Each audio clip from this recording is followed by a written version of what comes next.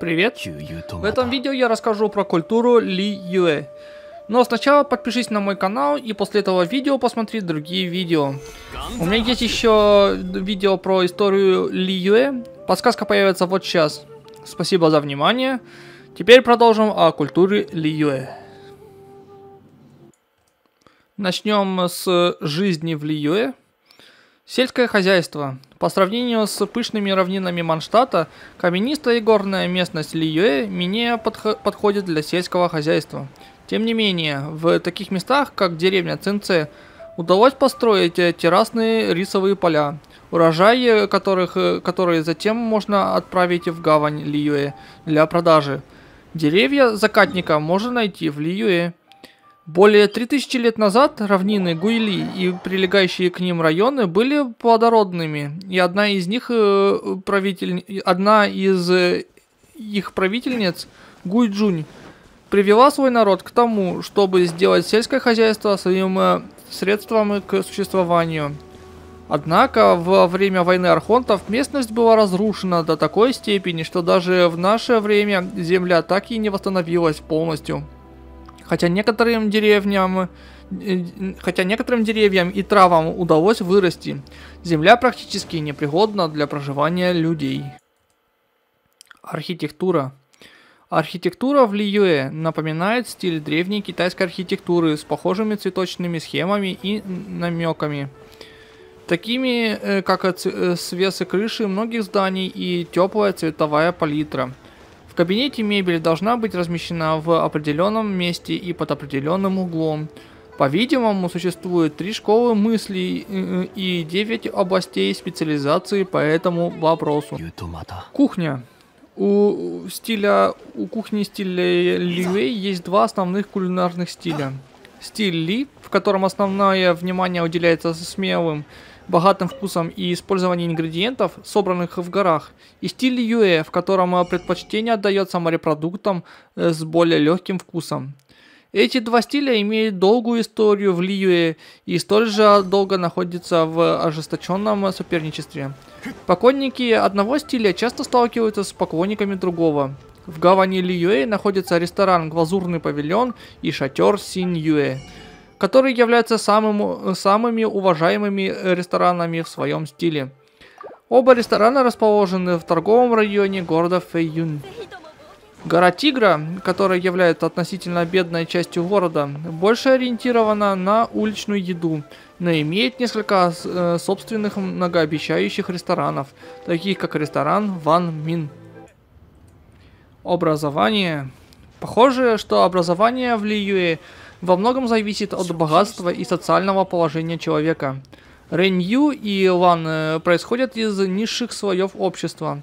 Первая не способна интерпретировать простые рисунки, а вторая заявляет, что она неграмотна и оставляет все дела Кэтрин, несмотря на то, что она является мастером гильдии. Подразумевается, что репетиторы пользуются большим спросом в более богатых семьях.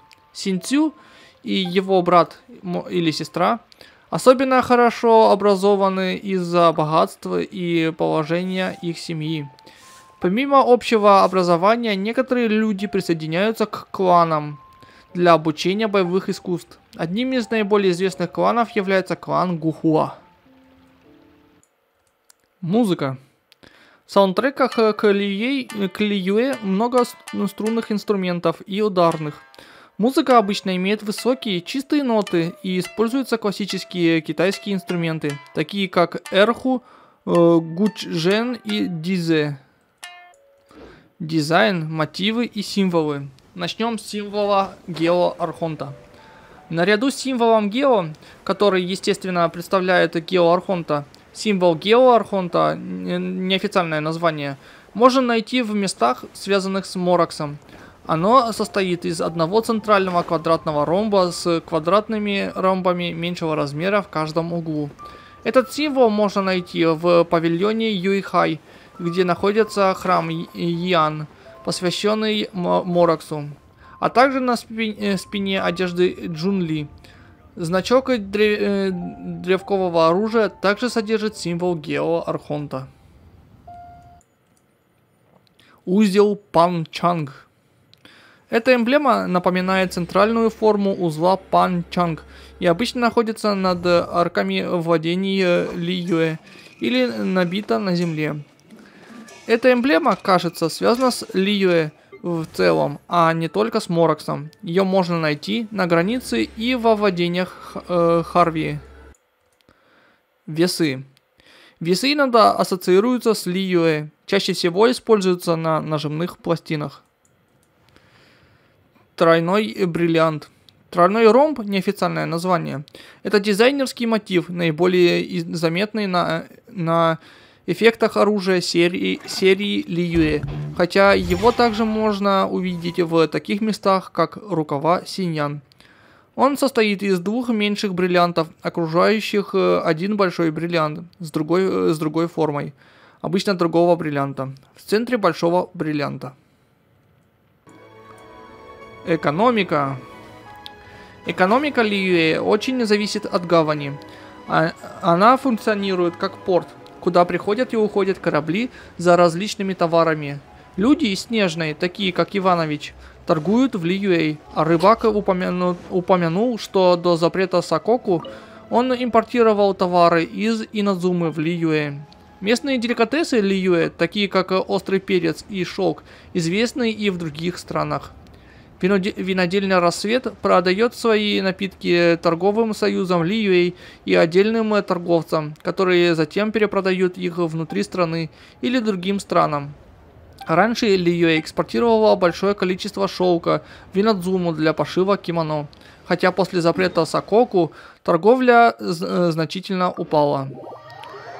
Лиюэ также имеет обширную горнодобывающую и кузнечную промышленность. Кузня Черногорья – это место, где были созданы серия Черногория и прототип.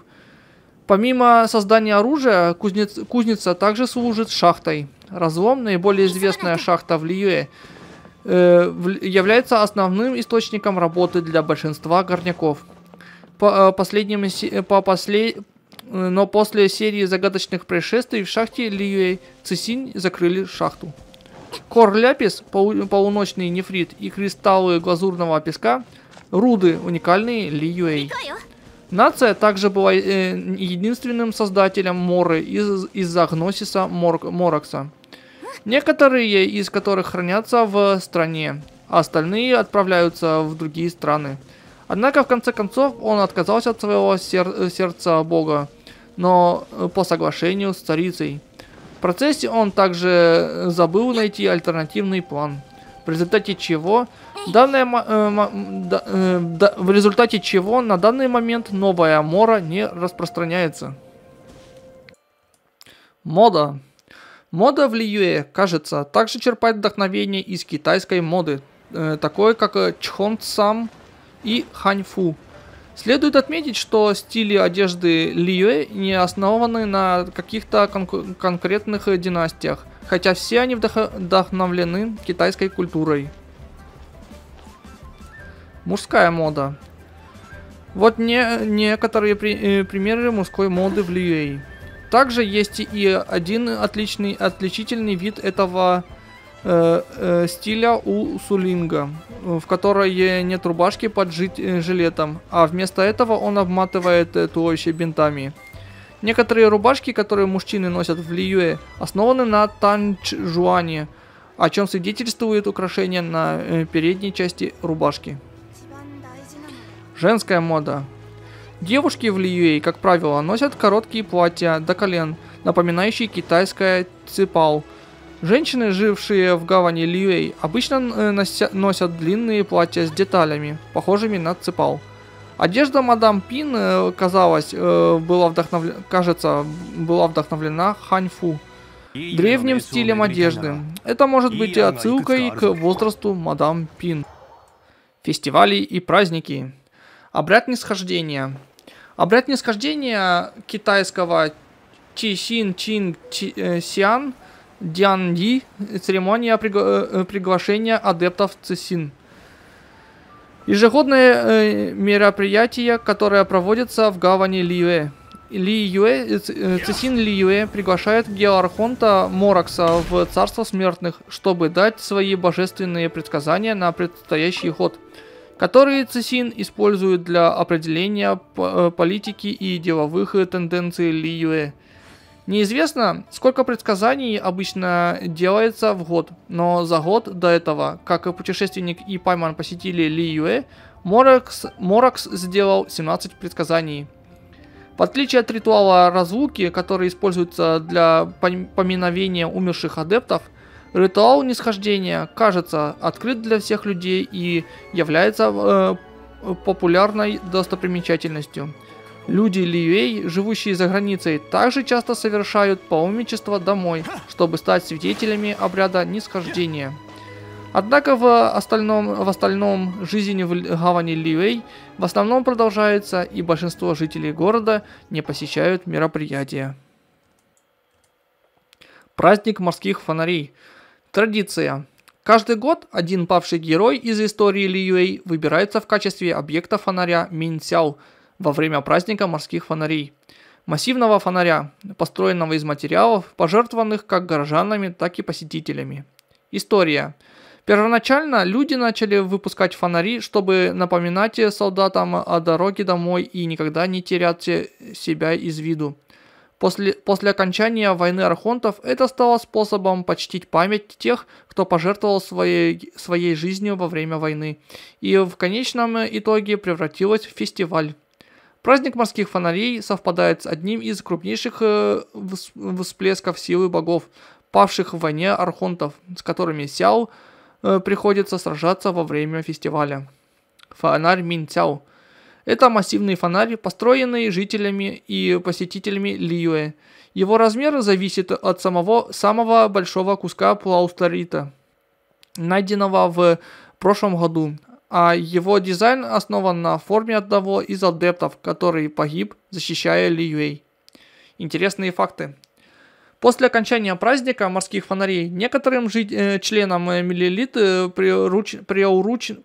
поручено путешествовать по Ли Юэ и собирать фонари, выпущенные во время фестиваля, чтобы они не превратились в мусор. Это событие больше всего напоминает празднование китайского Нового года.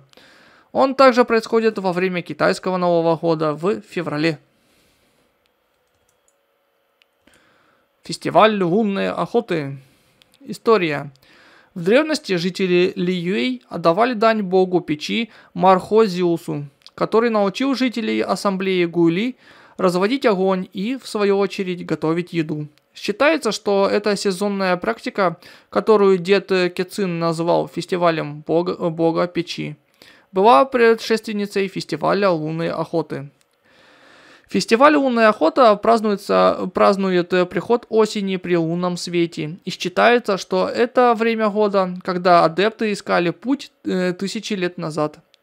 Лунная охота изначально была ритуалом, который соблюдали только адепты, однако он породил различные фестивали, устраиваемые обычно людьми, стремящимися подражать им. Эти фестивали, в том числе фестиваль бога печи, позже будет объединен Рекс Лаписом под именем Лунная охота, чтобы почтить и увековечить память Мархозиуса, который пожертвовал всей своей божественной силой, чтобы защитить гавань Ли Юэ от бедствий и эпидемий. В наше время фестиваль лунная охота считается временем, когда жители Ли Юэ воссоединяются с друзьями и семьей, устраивают пиры и развлекаются. Каждый год Ли Юэ Цисин выбирает тему для лунной охоты. Самым последним из них был праздник щедрой земли, который совпал с конкурсом мастерство поваров этого года. Традиции. Мастерство поваров – это ежегодный кулинарный конкурс, который проводится во время фестиваля «Лунная охота». Он организован Ли Юэй Цисин. Языки. В Ли Юэй одновременно используется несколько разных языков. Наряду с общим языком в Ли Юэй можно найти местный язык, напоминающий китайскую печать. Например, знаки и даже анимацию некоторых навыков персонажей. Политика. Лиюэй управляется Цисин Лиюэ. Группа из 7 влиятельных бизнесменов, которые интерпретируют и диктуют правила, установленные Рекс Ляписом. Каждый из этих 7 членов работает в своем подразделении, чтобы укрепить страну.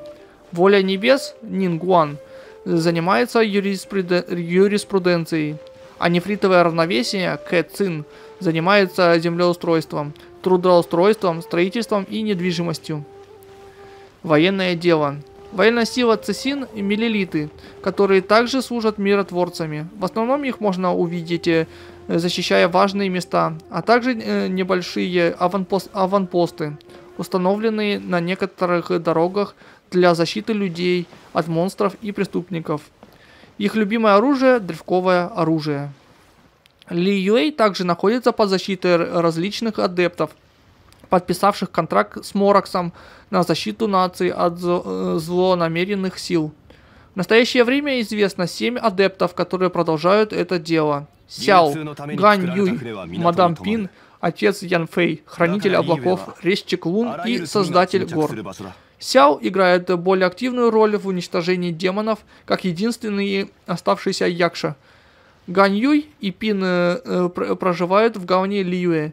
Первая помогает Лиюэй Цисин, а вторая проводит время на террасе Юнцзинь. Отец Ян Фэй ушел до текущих событий игры в путешествие со своей женой. Последние трое в основном остаются в своих жилищах в заоблачном пределе.